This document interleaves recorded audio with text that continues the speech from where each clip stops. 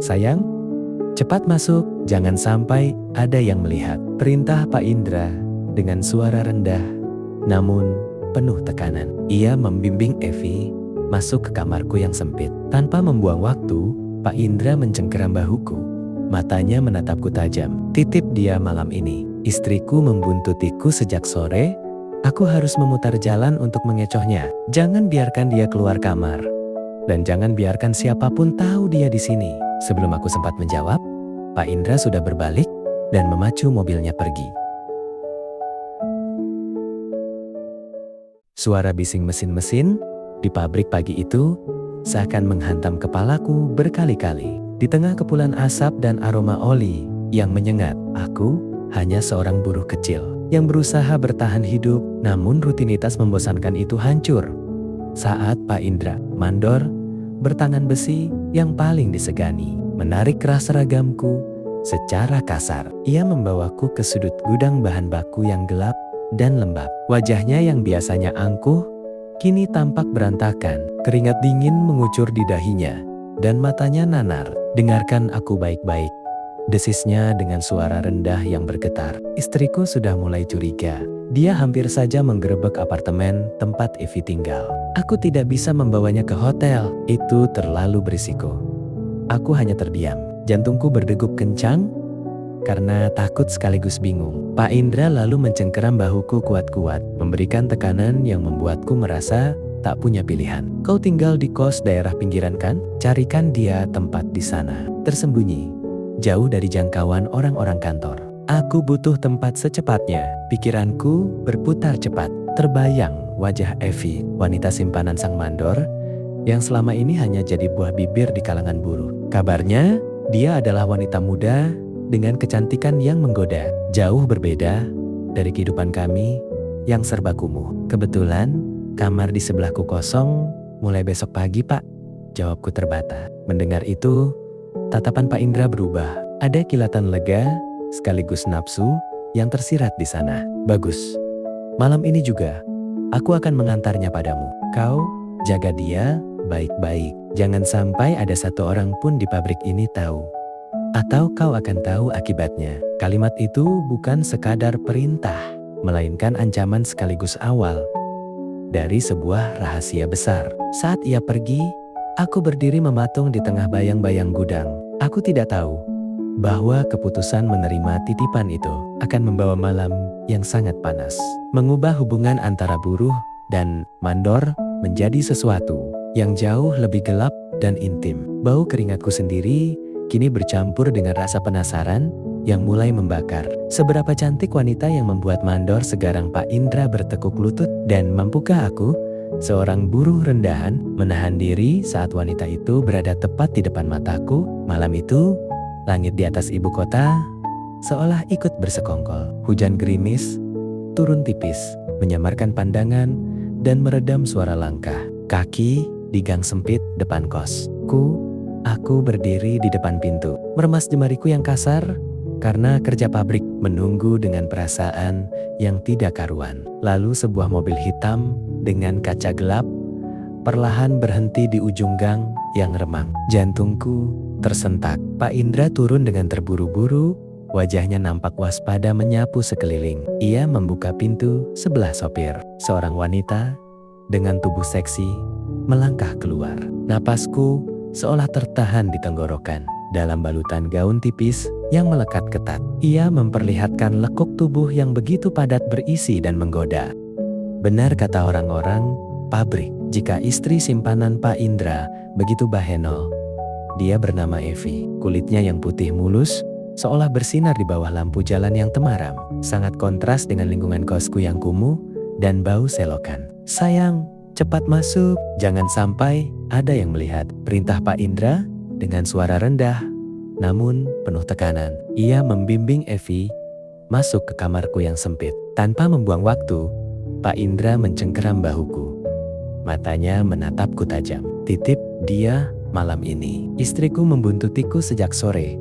Aku harus memutar jalan untuk mengecohnya. Jangan biarkan dia keluar kamar, dan jangan biarkan siapapun tahu dia di sini. Sebelum aku sempat menjawab, Pak Indra sudah berbalik dan memacu mobilnya pergi, meninggalkanku dalam keheningan yang menyesakkan bersama wanita paling cantik yang pernah menginjakkan kaki di kamarku. Evi berdiri di tengah ruangan, memandang sekeliling dengan tatapan canggung sekaligus pasrah. Aroma parfum mahalnya yang manis dan sensual segera memenuhi kamar kecil itu, mengusir bau apek dinding semen. Ia membasahi bibirnya yang merah, membuatku harus memalingkan wajah karena gejolak aneh mulai merambat di dadaku. "Maaf mbak, tempatnya berantakan," ucapku terbata. "Tidak apa-apa," jawabnya lembut. Suaranya terdengar serak namun merdu. Ia melepaskan jaket tipisnya, memperlihatkan pundaknya yang mulus dan garis leher yang rendah. "Terima kasih sudah mau menolongku. Aku benar-benar tidak punya tempat lain," ucapnya dengan tersenyum. Malam masih panjang dan udara di dalam kamar yang sempit itu tiba terasa jauh lebih panas dari biasanya. Aku tahu ini adalah zona berbahaya, namun melihat Evi yang begitu rapuh dan mempesona tepat di depanku membuat kewaspadaanku mulai terkikis oleh rasa penasaran yang membara. Di dalam kamar yang luasnya tak seberapa, keheningan terasa begitu berat. Aku bisa mendengar suara napasku sendiri yang memburu. Evi duduk di tepi dipan kayu yang sedikit berderit, memandang ke sekeliling tembok kamarku yang hanya dihiasi kalender kusam. Kehadirannya yang glamor terasa sangat tidak nyata di sini. "Aku merasa sangat gerah," ucapnya memecah kesunyian. Ia menarik sedikit kerah gaunnya, mengipasi lehernya yang jenjang dengan tangan. "Boleh aku menumpang mandi?" Pak Indra membawaku begitu saja tanpa sempat berganti pakaian. Aku hanya bisa mengangguk kaku, lalu menunjukkan letak kamar mandi kecil yang berada di sudut dalam kamar. Saat ia masuk dan menutup pintu, suara gemericik air mulai terdengar. Suara itu, entah mengapa, terasa seperti godaan yang menyiksa. Di pikiranku, aku membayangkan sosoknya di balik pintu tipis itu. Seorang wanita yang seharusnya menjadi larangan bagiku. Aku mencoba mengalihkan pikiran dengan menghamparkan tikar pandan di lantai depan pintu kamar. "Aku akan tidur di depan saja," gumamku pada diri sendiri, mencoba menjaga martabat dan rasa segan pada Pak Indra. Tak lama kemudian, pintu kamar mandi terbuka dengan bunyi klik yang pelan. Uap air hangat menyeruak keluar, membawa aroma sabun mawar yang sangat harum. Aku menoleh dan jantungku seolah berhenti berdetak. Evi berdiri di sana, rambutnya yang basah tersampir di bahu. Ia hanya mengenakan selembar handuk putih milikku yang hampir tak cukup menutupi lekuk tubuhnya yang padat dan ranum. Kulitnya yang putih mulus tampak masih menyisakan butiran air di bawah cahaya lampu bohlam kuning yang redup. Ia terlihat jauh lebih cantik dan menggiurkan daripada saat pertama kali datang. "Jangan tidur di luar," katanya dengan nada suara yang rendah dan bergetar, seolah ada magnet yang menarikku. Di luar dingin dan aku merasa takut jika sendirian di tempat yang masih asing bagiku. "Tapi saya hanya buruh biasa mbak, saya tidak enak jika..." Kalimatku terputus saat ia mendekat padaku. Aroma tubuhnya yang segar bercampur kehangatan air mandi kini berada tepat di depanku. Ia menatapku dengan mata yang sayu, sebuah tatapan yang meruntuhkan segala pertahanan logikaku. "Masuklah," bisiknya lagi dengan senyum tipis sambil menggigit ujung bibir bawahnya. Kali ini lebih seperti perintah lembut yang tak mungkin ditolak. Aku menelan ludah, merasakan tenggorokanku kering seketika. Dengan langkah berat yang didorong oleh hasrat yang mulai membakar, aku mengikutinya masuk ke dalam kamar dan menutup pintu. Malam yang semula terasa dingin, kini berubah menjadi bara yang siap menyulut api. Lampu kamar telah kupadamkan, menyisakan keremangan dari cahaya lampu jalan yang menyelinap masuk lewat ventilasi udara. Di atas dipan, Evi berbaring memunggungi tempatku, sementara aku merebahkan diri di atas lantai semen yang dingin, hanya beralaskan tikar tipis tepat di bawah samping dipannya itu. Suasana kos sangat sunyi. Hanya ada suara detak jam dinding yang seakan berpacu dengan detak jantungku. Pikiranku berkecamuk antara rasa takut pada Pak Indra dan gairah yang terus menyulut. Sejak melihat Evi keluar dari kamar mandi tadi, tiba-tiba Aku mendengar suara pergerakan kain. Kasur di atas sedikit berderit. Aku terkesiap saat merasakan hawa hangat mendekat. Evi turun dari dipan dan tanpa diduga, ia merebahkan tubuhnya di atas tikar yang sama, tepat di sebelahku. Mbak Evi, apa yang kau lakukan? Tidurlah di atas, bisikku dengan suara bergetar. Aku takut, jawabnya sangat pelan. Suaranya terdengar begitu dekat. Aku takut sendirian di tempat yang asing ini.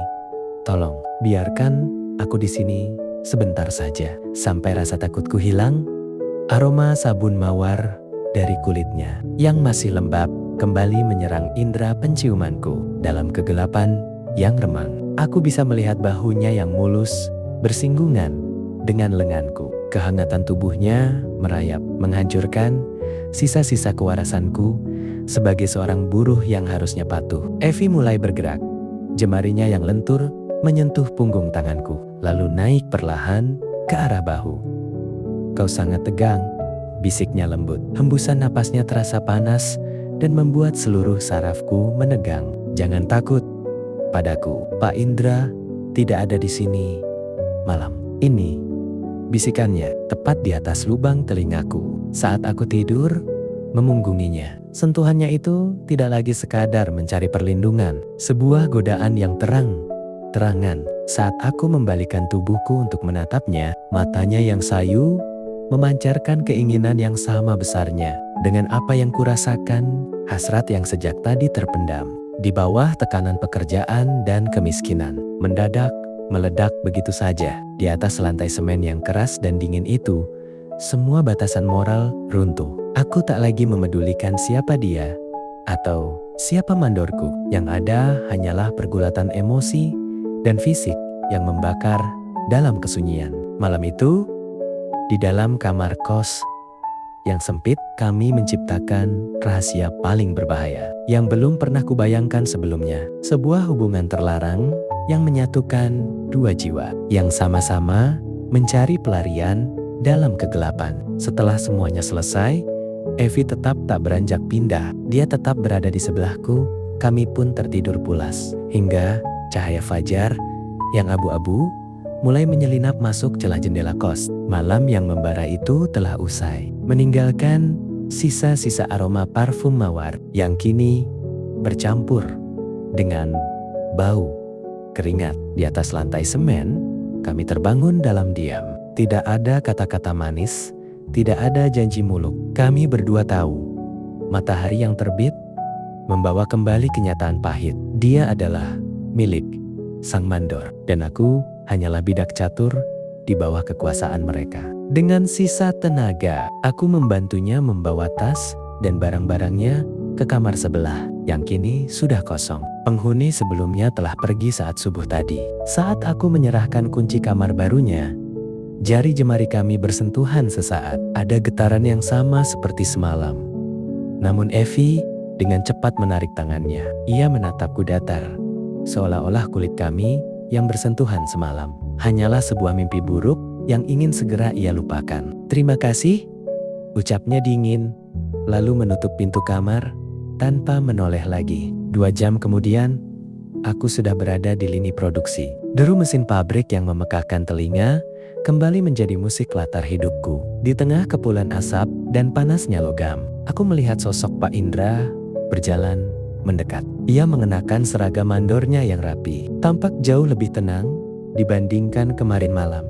Ia berhenti tepat di depanku, menepuk bahuku dengan kuat. Sebuah gerakan yang biasanya bermakna apresiasi, namun kali ini terasa seperti peringatan tersembunyi. Bagaimana semalam? Semuanya aman kan? Tanyanya dengan suara bariton yang menggema. Di antara bisingnya mesin-mesin pabrik, aku mengatur napas, menatap matanya tanpa ragu, lalu mengangguk pelan. Aman Pak.